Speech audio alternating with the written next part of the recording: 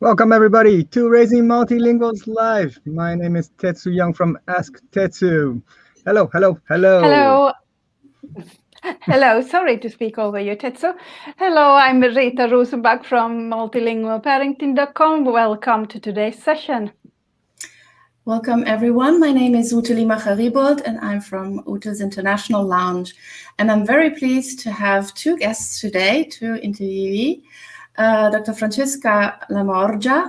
She is a linguist, researcher, and social entrepreneur based in Dublin. She's the founder and director of Mother Tongues and Mother Tongues Festival. She will talk about her podcast called Mother Tongues. And we have Dr. Sharon Unsworth, a linguist at Radboud University in Nijmegen in the Netherlands. She is passionate about figuring out which factors contribute to making bilingual language development a success and passing this knowledge on to parents, teachers, and policymakers. Her podcast is called Kletsheads, which comes from kletskoppen. It's a Dutch word, and it's a combination actually from klets, which means chatter, and heads, of course, English. So it comes as Chatterheads. Welcome to our Raising Multilinguals Live. Nice to be here. So Sharon and Francesca, parents and educators, researchers, everyone who is interested in multilingualism can find a lot of information about it, about raising multilingual children or children with multiple languages online, and blogs, websites, Facebook groups, Twitter, Instagram. Can you please share with us what inspired you to start your podcast and tell us a bit more about the audience that you are targeting? Maybe we start with Sharon? Yeah, sure. So, well, I think, I've been involved in talking to parents about all the questions that they face and giving them advice based on what we know from scientific research for a while. And normally, what's taken one of the forms that you just mentioned, right? So giving talks, workshops, writing blog pieces on the internet. But recently, there has been a big push for podcasting, and in the UK where I'm from, maybe a bit longer than here in the Netherlands. And, the good thing about podcasts is that you can listen to them anytime, anywhere, whenever you want. They're free, right? So you don't have to pay for them. So they're in principle accessible to anybody. And, so I enjoy listening to podcasts myself. It's something I do when I'm folding up the washing, or it's a place where I go when I want to learn something new as well. So for me, it was an obvious choice really to move from doing things like workshops to creating something like a podcast. I enjoy making stuff. So for me, it was a nice challenge to learn how to do it. Yes. And can you tell us a bit about what the audience is of your podcast? You said that you interview experts, but you also talk about other questions. Yeah, so the format is basically one topic or one frequently asked question per episode. And then I am joined by another colleague, scientist, expert. And then, based on what I know myself on a given topic, and also what I know from experience as a parent myself, and also from talking to many parents, then I'll ask questions that I think are the relevant questions to build up a story, as it were, about that particular topic. So the audience is parents of multilingual children, teachers who have work with multilingual children, and speech language therapists. They're the main three groups. And in addition to talking to an expert every episode, there's also I have two little, well, in Dutch you've got this word rubriek, and a rubric isn't quite the word in English, but anyway, little sections. One's called the Kletshead of the Week, and that's me talking to a child often. Sometimes it's a grown-up, somebody who's grown up bilingually, about their experiences, and that's quite frankly the most fun part of the whole thing. And then in the other section called Let's Klets, so let's chat, I talk to a parent or a professional about their experiences. Okay, thank you. And what about your mother tongues, Francesca?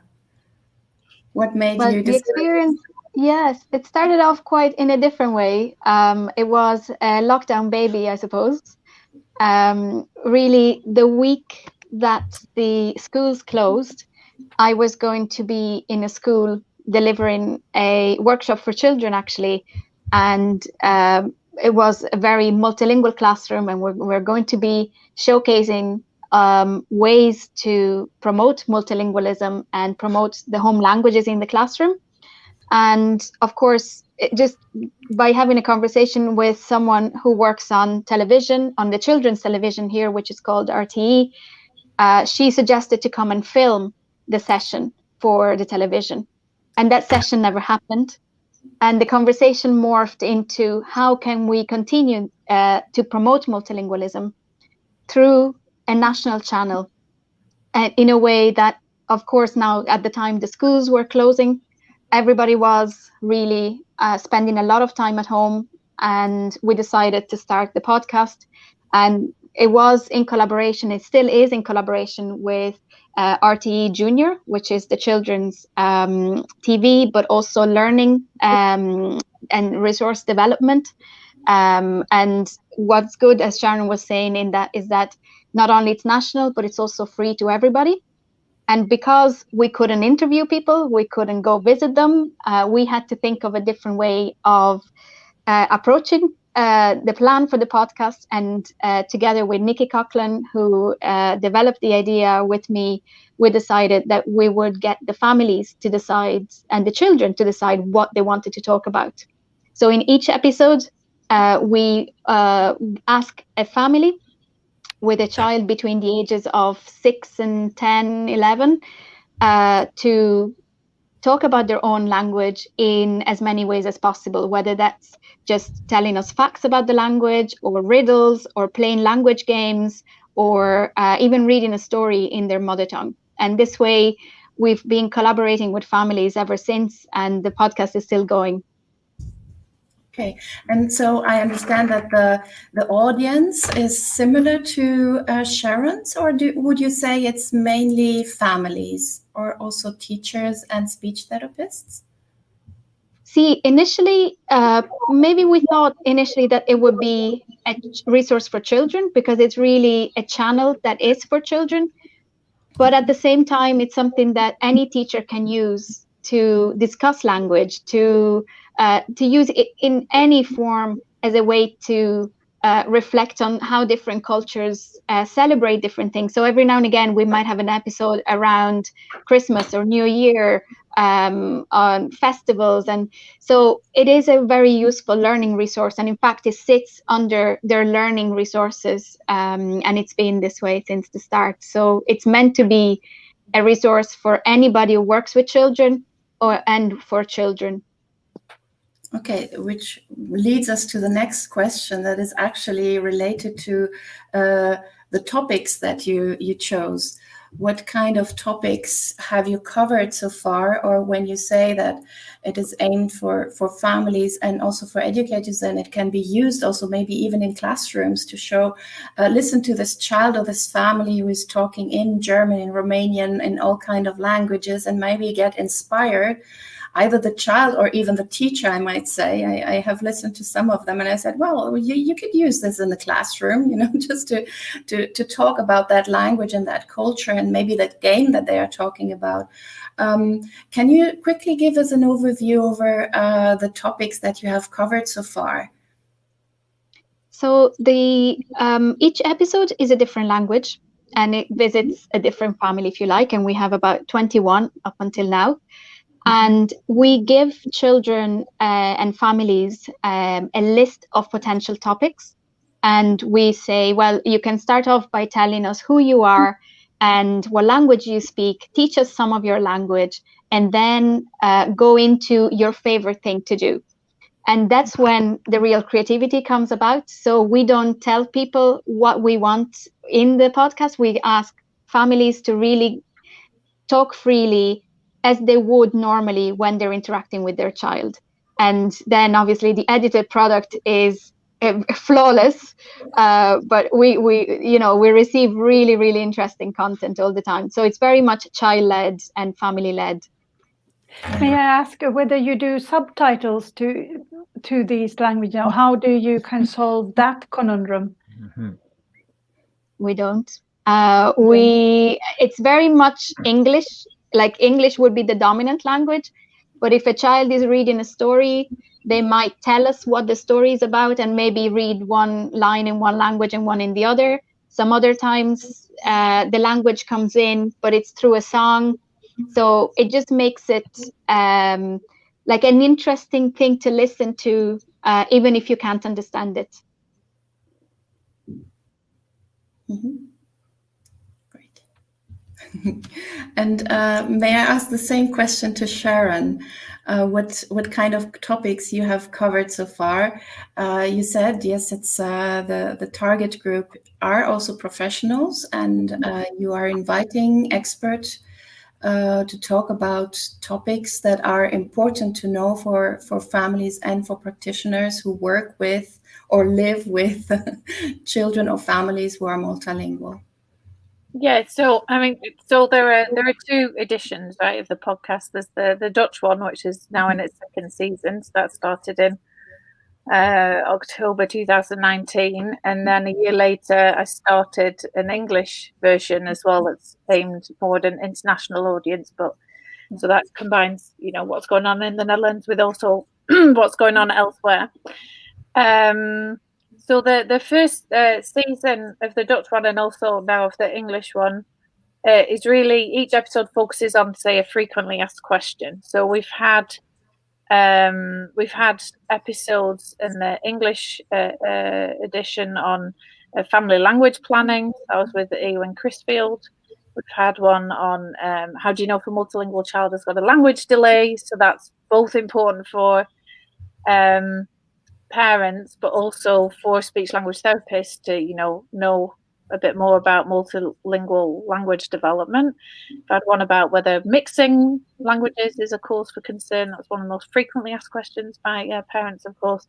One about how much input do you need to be able to become bilingual. The next one is out on Friday. That's on for the English language at least, and that's on the role of siblings, so bilingual siblings. In the Dutch one, we've had more general topics as well in the second season. So we had an episode about growing up multilingually in Limburg, which is in the south of the Netherlands, and that was about being multilingual in standard Dutch and in Limburg, which is dialect or language. That's a question that maybe we're not going to get into here, but in any case, it's a multilingual area of the country. And recently we also had an episode, actually in both the Dutch and the English editions, on the impact of the lockdown on bilingual families. That was, and we had Francesca as one of the guests for that. So we talked about what it means, what it's meant, what it still means for many people around the world that they are in a multilingual family and everyone's at home, children aren't at school. What do you do with homeschooling? Those kinds of questions. Yeah. So when you mentioned that you take the frequently asked questions, where do you pick these questions from? I pick them up really from the experiences that I've had talking to parents over the years. And, you know, when I've given a talk, and I'm sure Francesca has had this experience too, and you too as well in what you do, there tends to be a number of questions that come almost every single time you give a talk. You know, what do I do when my child doesn't speak my language back to me but speaks the dominant language? How do I teach my child to read in the other language? These kinds of questions. And so that's basically been the starting point. And then, I get inspired by just chatting to children and to parents as we go along.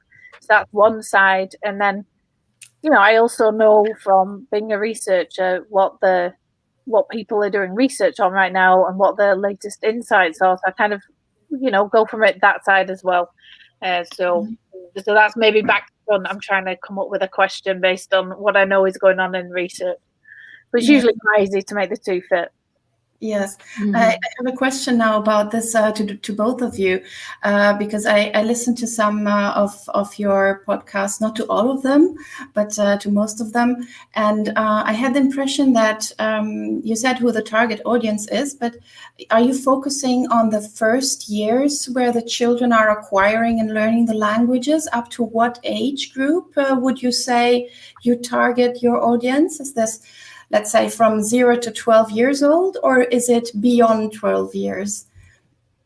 Well, so it's interesting that you should ask that, because I know I'm trying to think. Somebody once commented or asked me, we need something more about older children, and I think that's absolutely right. I think that's also an area that is very much neglected in the research. Right, there isn't actually that much about kids beyond primary school age. So, perhaps inevitably driven by research, and also because, parents is when they start out on their bilingual, multilingual parenting journey that they often have these questions.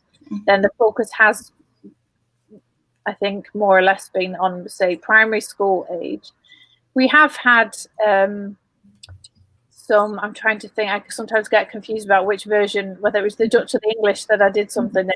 But we have spoken to older bilinguals, say young bilingual adults. The last episode in the Dutch version was about multilingualism and school success, so that was very much about older children, actually. So it's not a conscious decision for it to be perhaps a little more focused on younger than older children. I'd say that's almost inevitable. Yes, I understand. And what about you, Francesca? Are you also inviting maybe 15-year-olds to talk about their languages and maybe read something or sing something in your... Yeah, well, at the moment, we started off with that age group because it was the group that originally I was working with, which was primary school children. And we've included only one episode with secondary school pupils. And also they decided to make a video showing us how to make origami and showcasing the culture. So we do feel that there's room to not necessarily change direction, but add to it. And maybe not only look at older children, but also at interactions outside of the family, maybe having children talking to one another within the school setting, if we can possibly go and visit the schools, talking to teachers and pupils about multilingualism. So to take it outside of the immediate home environment. But again, we're very keen to hear from others what they would like to listen to as well. Absolutely. So before we move forward, I'd like to first acknowledge everybody who's watching on the two platforms, on YouTube and on Facebook. Welcome. Thank you very much for taking the time to join our session. And already we've got a lot of interest for your podcasts, Francesca and Sharon. But I have a question that says, what platform can we find Mother Tongues on? Apparently she couldn't find it. Yeah, I'll pop the link in the questions, and it's on RTE Junior. So it's on the website is rte.ie, and by Googling RTE Mother Tongues all in one word, it should come up. But I'll give you the exact link so that you can have a listen. Okay, so that will come up in the comments section in a bit. Yeah, and if anyone's watching the recording, we will also put it in the show notes. Yes. Yeah. So, and that by that we actually also So as you can just show this, there is another question exactly the same. So there, Joanna also asked about this, so she will also get her answer. Mm-hmm. And it's possible to subscribe via Apple and other podcast platforms, so it's widely available. Yeah, great. As we have you now in the foreground, Francesca, I have the next question. The Mother Tongues offers these insight into multiple languages, as you said, by letting families talk in the different languages. And Kletsheads is available in Dutch and English. Are you planning with the Mother Tongues and then also Sharon with Kletshead to offer them in more languages? I mean, Francesca, you said that the base language is English in your podcasts. Is there any plan to maybe have one podcast all in, I don't know, German or all in Italian or all in French? Or is this the format that is going on maybe also in the future? Or do you have plans about changing this? Well, I think our plan is to keep the main language English, but also to showcase more languages, and especially those languages that we know a little bit less about. So we've had podcasts in Tamil, in Xhosa, and we're asking more and more people who speak languages that we normally hear less about to come forward and for us to listen to the beautiful sounds and to learn something new about a different language and a culture. And so at the moment, this is what we're focusing on, looking for speakers of more languages and minority languages. Yes, and talking about minority languages, as we have one minority language and actually a dialect in our household that is not written, which makes it a little bit more difficult also to maintain when you live abroad. Do you include also dialects in these podcasts, or are you planning to include a variety of dialects? Maybe Sharon mentioned it before and said maybe we won't talk about this, but I would like to talk about this because it's part of being bilingual, multilingual, to also know the different variants and the dialects maybe. Well, for us, for example, what we're doing with Arabic, where you can have a very wide range of our Arabic speakers here, is that we're not stopping at the one Arabic podcast we have, which is Arabic from Morocco. And we've gone out to interview families who speak Syrian Arabic and so on. So for us, the wider the range, the better. So that would be our approach. Oh, fantastic. Thank you. And Sharon, the same question for you. So you're having this podcast already in 2 languages, which is brilliant, and I really enjoy it. What are your plans going towards more multilingualism? Well, I'm not planning on creating a 3rd edition, if that's what you're asking. Partly because, I mean, I have a BA in French and German, but I'm not sure neither my French nor my German is good enough to be able to do what I do in the podcast in those 2 languages. Also, you know, it costs quite a lot of time to make these podcasts. So I feel like I'm kind of at the max in terms of the number of languages that I can cope with.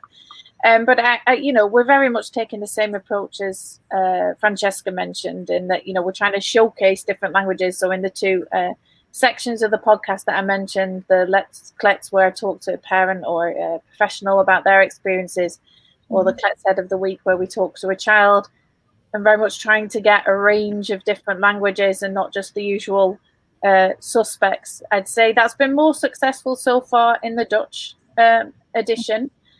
That's a practical issue, right? Because, you know, I live in the Netherlands, I have more access, even though it's not really via schools. Or you mentioned Kletskoppen, that's our child language festival that we've been organising here in Nijmegen for a few years. Normally, I would be there interviewing children. That's where we get a lot of the children to take part in that. So I don't really have access to those anymore. But for the English one, obviously we need access to children who speak English. So it's a bit more of a challenge. So if there are people listening who have children who speak English and another language, that is perhaps not one that's been featured so far, that's maybe one that, as Francesca said, you know, where we maybe know less about gets showcased less often, then I'm very interested to hear from those people. Yes. I know that we have some people in the audience that also have podcasts or are very, very avid listeners to podcasts. So maybe they can share some insights with us and ask some questions. I don't know, maybe this will come. But as you just mentioned, I'm perfectly aware of the fact that we cannot cover all the languages. And I mean, with Tetsu and Rita here, we are also focusing on English, although we might want sometimes to really talk in other languages. But of course, to get the message across to your target audience, sometimes you have to make choices. But this leads me to another question about if you know or if you have a contact with other podcasters who are offering the same kind of support or information on a high level like you two are doing in other languages. And I don't only mean now maybe Italian. Francesca, you're perfectly fluent in Italian or in French or German, but maybe others in Romanian or Polish. Is there anything that you could share? Not yet. I have no idea. I mean, obviously, when I set up the podcast, I looked to see what was out there in the Netherlands. So in the Netherlands, there isn't really. There's a podcast run by somebody from an international school in Rotterdam that touches on some of the similar issues. But there's no podcast. There's no podcast like Kletsheads in the Netherlands. No. Internationally, there are a few that I know coming out of the US, and I can't honestly. I'd have to double check on my phone.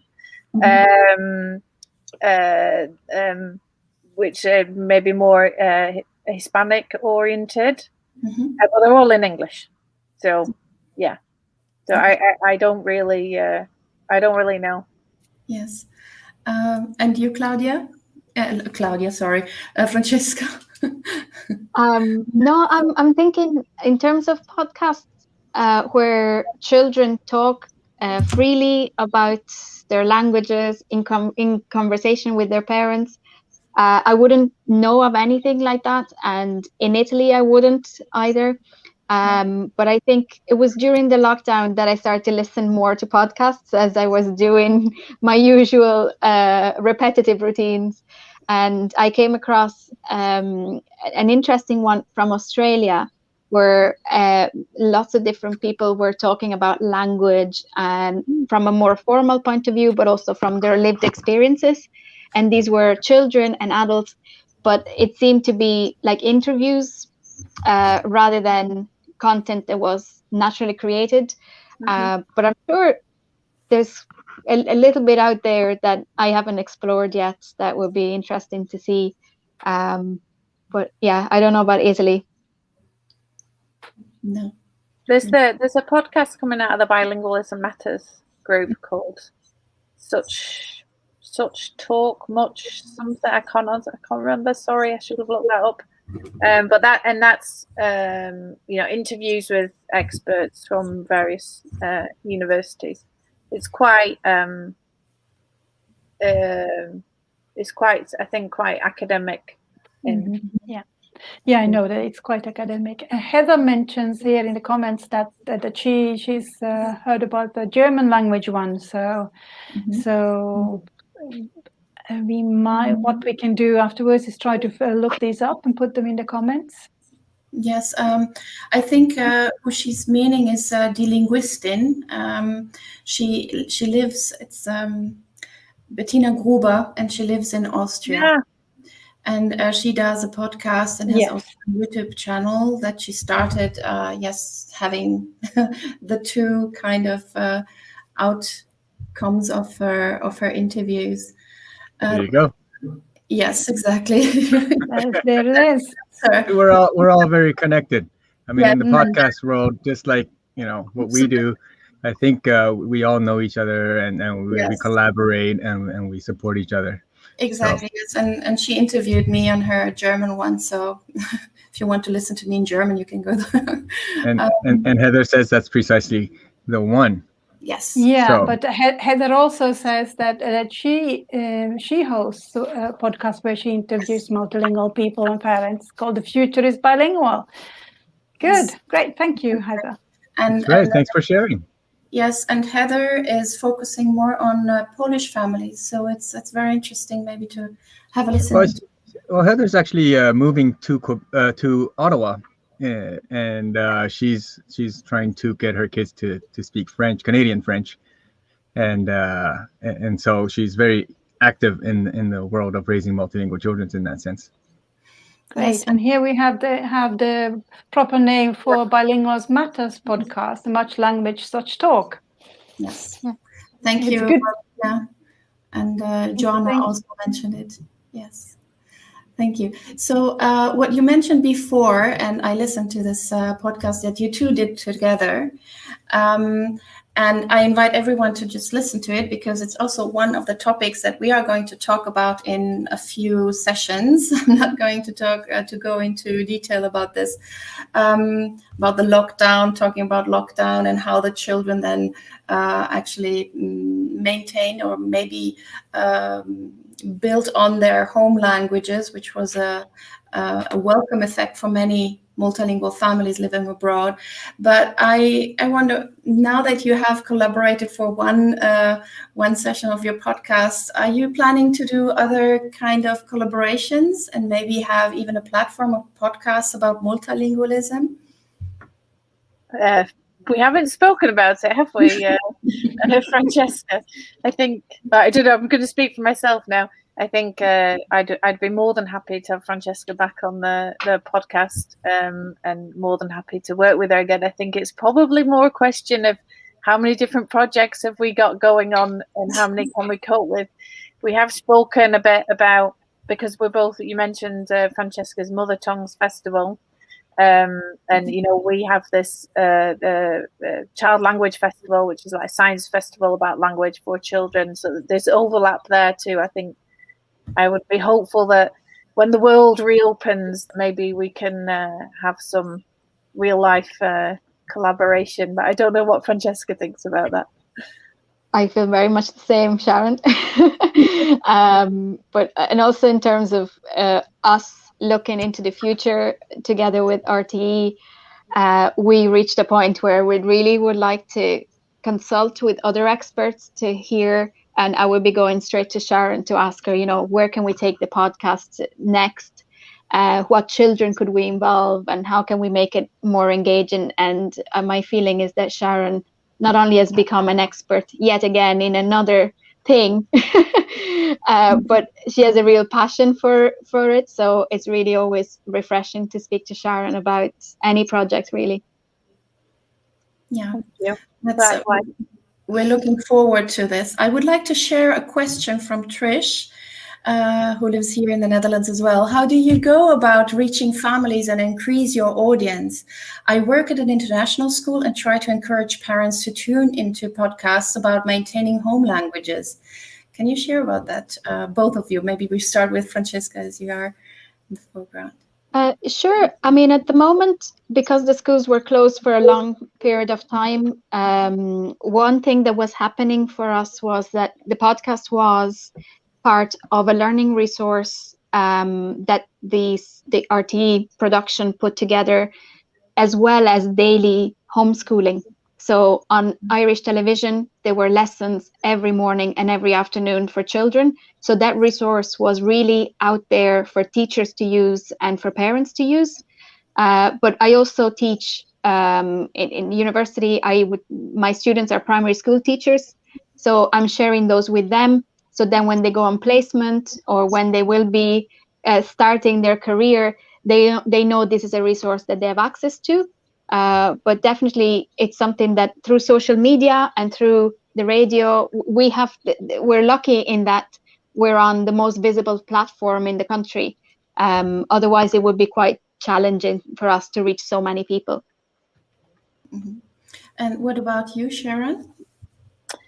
Yeah, so I mean, doing something like this is a good way of trying to make contact with parents and professionals. Social media So it's something that I want to do more of. So Kletsheads is going to go onto Instagram soon, and I don't know when, but soon. That's the plan. We have from a research project at university, we're on Facebook, 2-in-1 project. So, and I'm quite active on LinkedIn. That gets me at least to the professionals and some of the parents.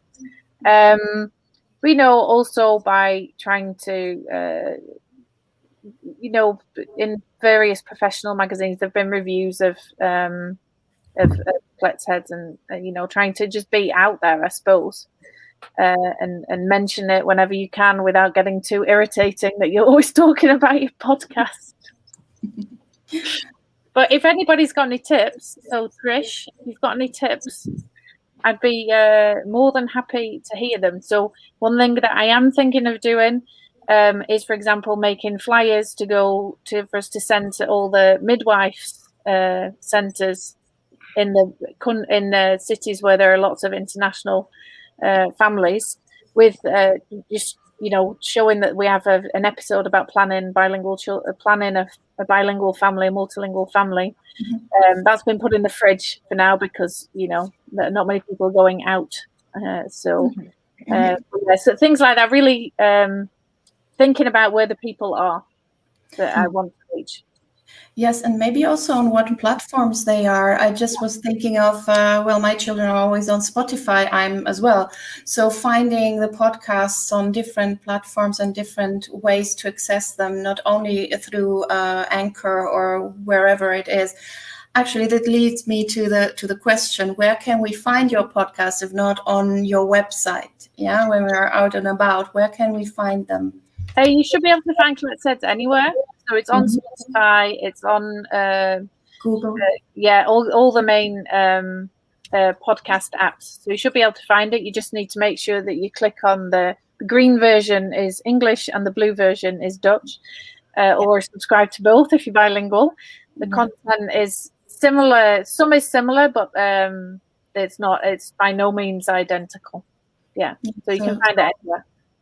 So we can find you on SoundCloud, Anchor, Google, and Apple Podcasts. I haven't checked all of them, but I'm pretty sure it should be on all of them, on the most frequently used ones. Perfect. And what about your podcast, Francesca? Same. You can subscribe via the RTE.ie platform, but also on Apple and Spotify and other major platforms. It can be found, and it's spelt as Mother Tongues, one word, and that's why sometimes there might be a trick in that. But it can be found on major platforms. Yes, and there is another comment from Joanna.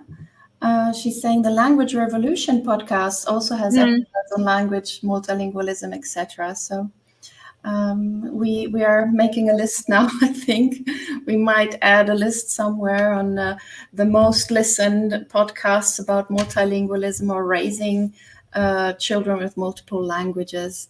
I guess. Thank you, Joanna, for reminding us about this. Yes. So your future plans, you already shared them a bit with us. Are you? I have another question about the feedback that you're getting from your podcast, because I'm not a podcast person, not yet. Maybe I will become at some point. But how does it work with the feedback? How do you get the feedback about your podcasts from the audience, from those who are listening to them? Right at the moment, we don't get, say, comments or anything unless it's on a social media post, where you might get someone who is interested in a language or feels that their story is like theirs. But we've, in terms of the best part of the feedback, was listening to the parents after they hear the podcast, and they say, actually, a couple of them have said that this is something that they will treasure in the years to come, because it's a beautiful piece of audio that has the voice of their child at a specific point in time, made professionally, and it's something that they want to send home to the family that is miles and miles away, and now people can't travel anymore. So it's kind of a really nice thing that stays with the family, and it's part of their story that they can share. And I think that was the nicest part of the feedback that we got so far, just the families being happy to be involved. Mm-hmm. So are you receiving any kind of questions or further questions from the podcast that you do from other families who are listening to it, apart of those that you just mentioned who are in the podcast? Not as such, no. It seems to be more like questions such as, how can we get involved? Because we're not on the podcast, we're not giving advice. So people would ask us questions about multilingualism, maybe on our social media. But in relation to the podcast, it seems that families are more interested in, how does it work? How can I get involved? And can I share this and that kind of thing? So that's all we have at the moment. Okay, great. And how about your podcast, Sharon? Yeah, so I mean, there's a contact form on the website that people can fill in, and there's an email address, so people can get in touch in that way, or in the same way as Francesca said, on social media posts, and people regularly do comment on those. I do get some. I do regularly get emails from people, either asking questions, which I try to answer, or I point to an episode of the podcast where there is an answer. There are limited number of hours in the day, so I try and answer where I can. But also, quite a few saying how much they enjoy it and how it's really reassured them or given them an answer, or that they're really happy that they found it. And that's why I don't do it to give myself a pat on the back. I do it because I hope people will learn something from it, and it will be useful. And it's really nice to hear when somebody gets back in touch with you and tells you, it really helped. So so that's really great. And I think if we get onto Insta, then I'm guessing there'll be a little more interaction. And I really look forward to that. It's just it costs time, right? And people think I have a whole band of people there. I mean, I do all of this pretty much by myself. So I also have to teach and do research too. Yes, as a hobby. As a hobby, yeah. I hope my dean isn't watching now, but yes. Yeah. Actually, it would be interesting because there are studies, there are research studies about, I don't know, the different social media platforms that talk about multilingualism and the Facebook groups, etc. Maybe there will be some research about the podcasts about multilingualism, and draw more attention to it, and also find out what format or what content is actually most required and requested from the audience, or from people who are more prone to listen to podcasts. Might be. Mm-hmm. Yeah, I think you're definitely right in that different platforms have different ways of producing, and people interact with it differently. And in terms of podcasts, it's probably not as interactive as different platforms like Facebook or Instagram.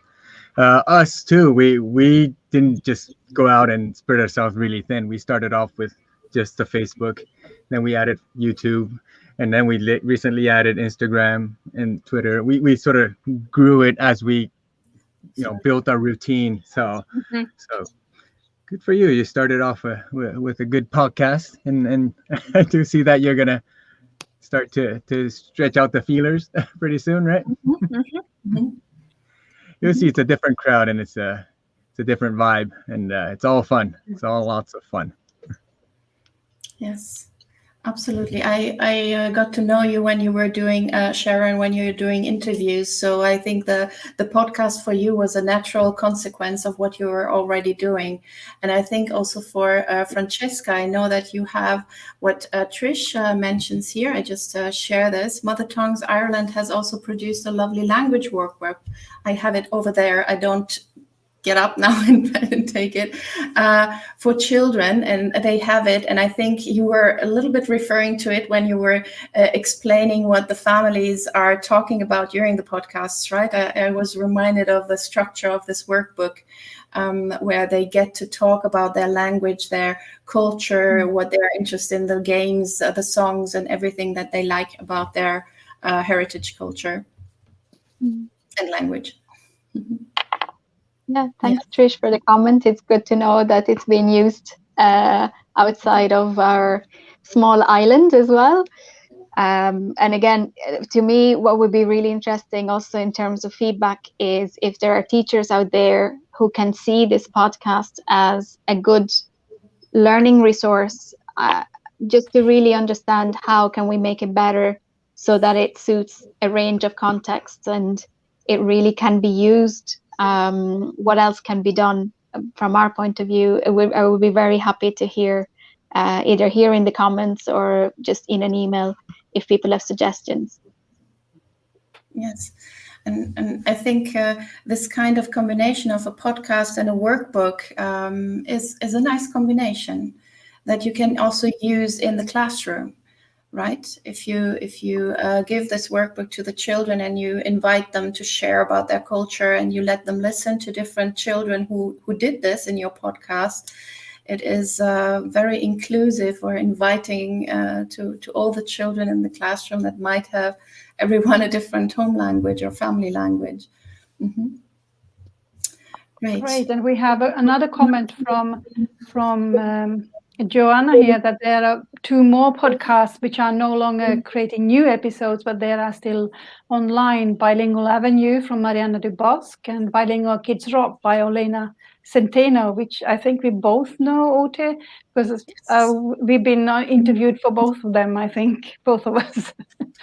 But there are really several tens of episodes in both the series. Yes. Yeah, it's a shame that they stopped producing the podcast. So I don't know if there are other questions from the audience. I would have just maybe one for both of you, Francesca and Sharon, about the future plans we already mentioned, but also about anything that can maybe connect the different platforms that we mentioned before, because I said, okay, there are forums, there are blogs, there is a podcast, etc. Is there any kind of collaboration or that you are aiming for, or that you are maybe avoiding for some reason, or that you wish to have in order to have maybe a broader audience and to increase the audience of your podcasts? Sharon, would you like to go ahead? I thought you were large, so I was going to let you answer that first. Oh no, now I'm large. I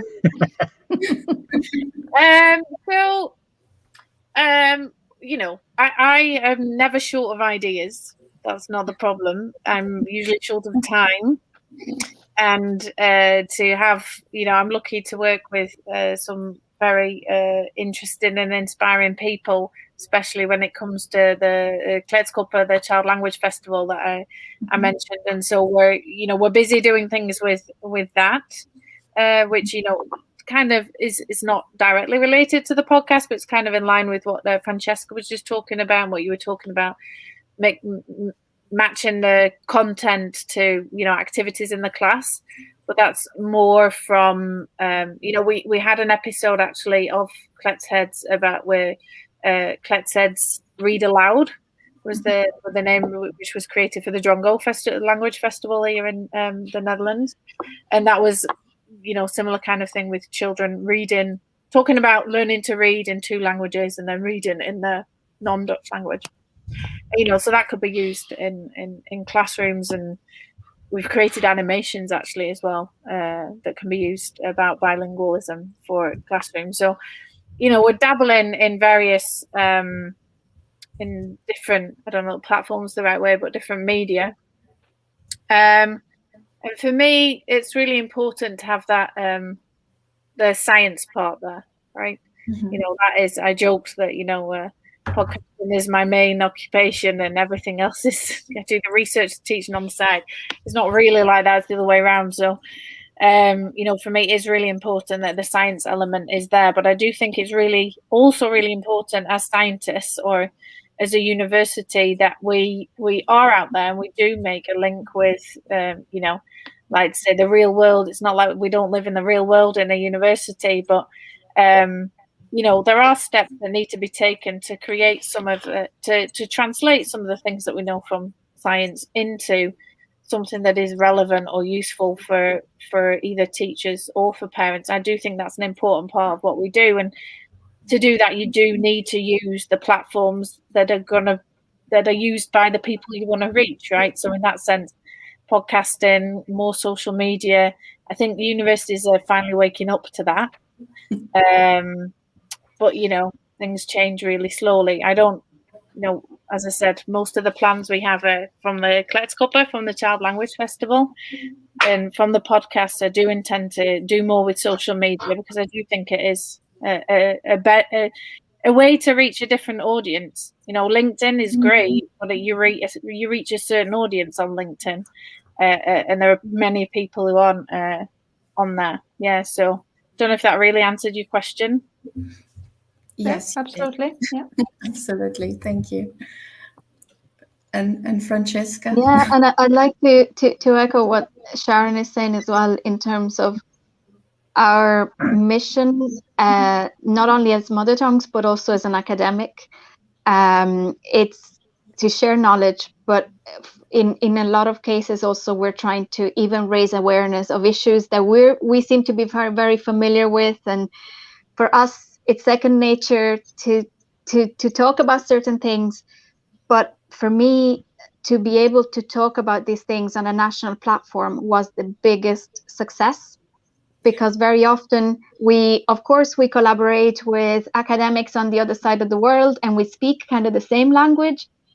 But for me, the biggest achievement in relation to especially the podcast was that it's hosted on a national platform, which means that the message about the importance of languages has gone beyond my usual group of people or the bilingual families we work with. For me now, this has gone out to teachers. It's gone out to anyone who turns on their television or their website looking at just the news on the app, and they will see that there is that the national broadcast is putting value on Romanian, Swahili, as much as Irish and English. And to me, that is a really, really important collaboration that has stemmed out of a very sad situation, which is this pandemic, but I see this as heading in the right direction. So for myself, obviously, and also for Mother Tongues, we really do believe that collaboration is the only way for the message to reach as many people as possible where they are, whether that is within our small island, but also beyond Ireland, which is a very small population compared to some of the places you live in. Yes, but I think you made a very important point. Somehow, when I look at some of the platforms, we preach to the choir. Yes, we people who go to on these platforms, they look for the words. Yeah, multilingual, raising, my child is not responding in the expected language, etc., and they end up there. But what you managed it's a fantastic achievement that you had, because you're raising this awareness on a national level. It's outside of this choir that people are more responsive now to this kind of approach with different languages. It's important to maintain the home languages, and everything that comes with it is now on another level than maybe in other countries. So my question now for you, Francesca, as you are on the spot, is what would you suggest to others who would like to reach an audience that goes beyond those who are already sensibilized? that about the topic. You see, my languages are just mixing up in my head. How can they reach these audiences that are beyond that? And I know that also Sharon has great contacts with news channels and newspapers, etc. So maybe you can share a bit about that.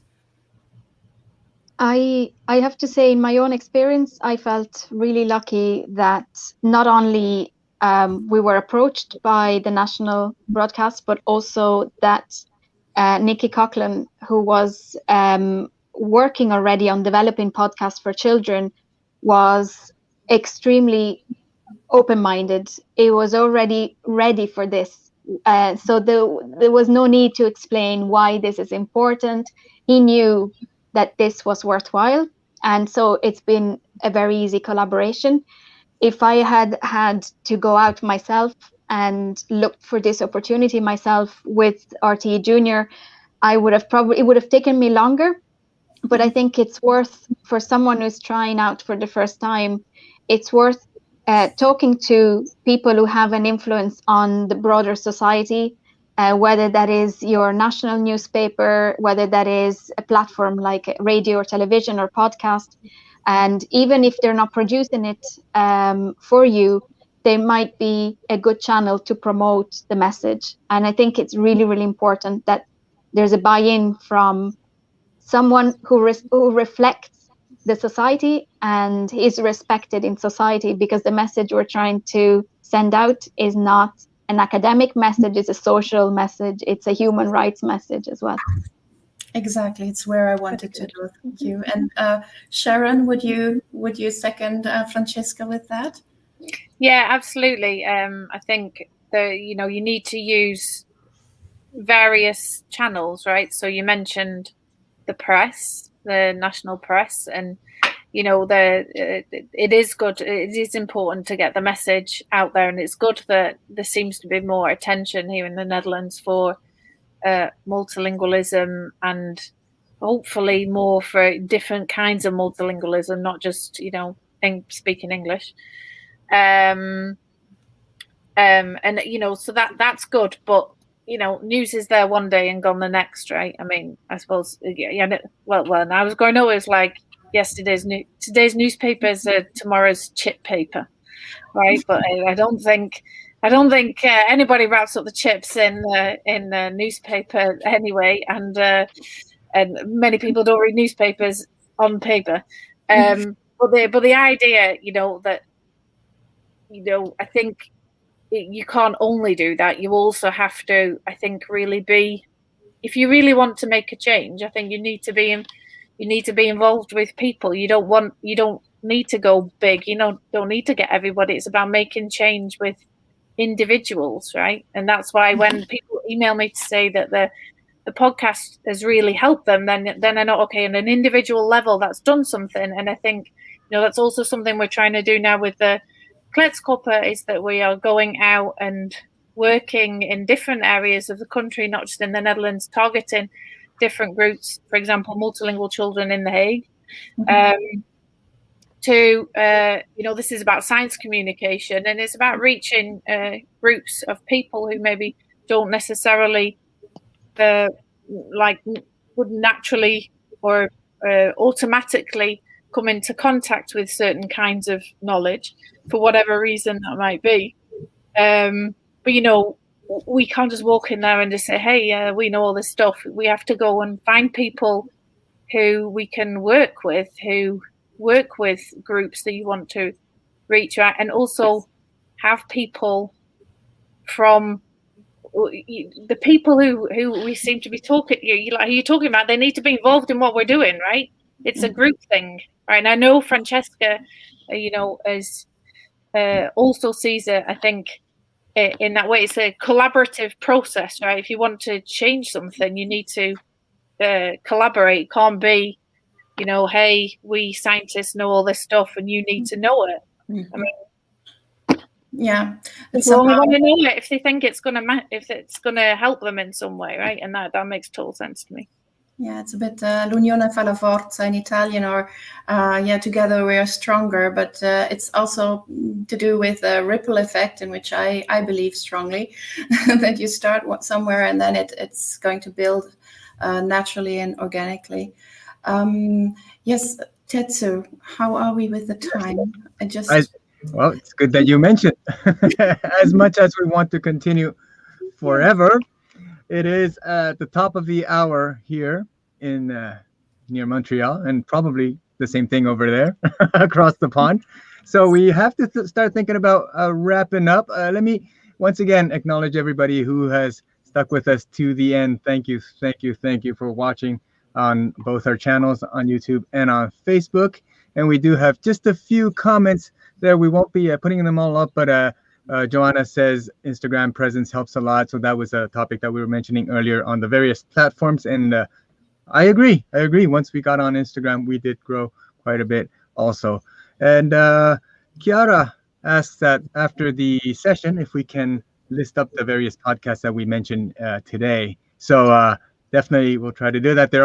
Most of them are already in the comment section, so we'll kind of pick them up and maybe throw them up in the throw them into the show notes. Speaking of show notes, please, thank you for watching. If you appreciated the session, please give us some feedback. You'll see the link is in the descriptions of this video, and it's just a little formula. It should take you maybe 30 seconds, and that'll help us a lot to produce a better program for you guys.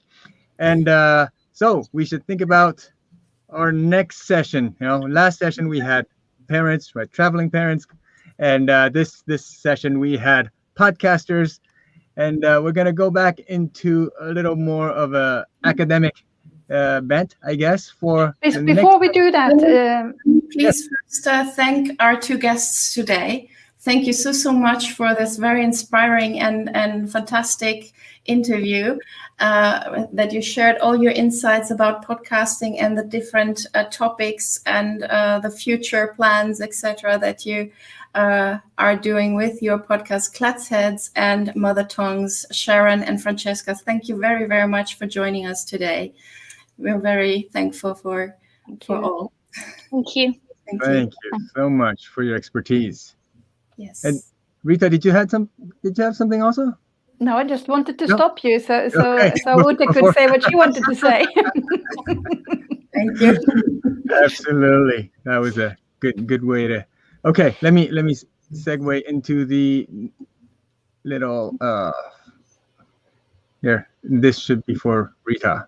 Yeah, absolutely. So we have another fantastic session, and now there's going to be 3 weeks to our next session. It's on the 6th of April, so after the Easter holidays, and we will be interviewing Dr. Dean de Souza from Anglia Ruskin University here in the UK, and the topic will be the cognitive development of bilingual babies, and we will be speaking about many different aspects of this, but amongst them, for example, that children growing up in multilingual families explore more than monolingual children. So that's a really interesting. So do not miss that episode. It will be airing at 1 p.m. New York time, 6 p.m. London, 7 p.m. in Paris on the 6th of April. I would also want to remind you that on the 27th of March, there is the International Day of Multilingualism. Keep an eye out for special programs, articles, and everything on that day. And also keep an eye out on this broadcast, because we will do something. We won't tell you yet what we are doing, but there will be a broadcast on the 27th of March. So please join us then as well. Fantastic. Well, thank you very much once again to everybody involved in making this another successful session. We really love producing this on a bi-weekly basis for you guys, and we always thank our guests for their contribution, without whom we cannot do this at all. And I definitely hope this is valuable for everybody who's watching. And until the next time we meet, I say ta-da. Bye-bye, everybody. Bye. Thank you. Ciao. Bye.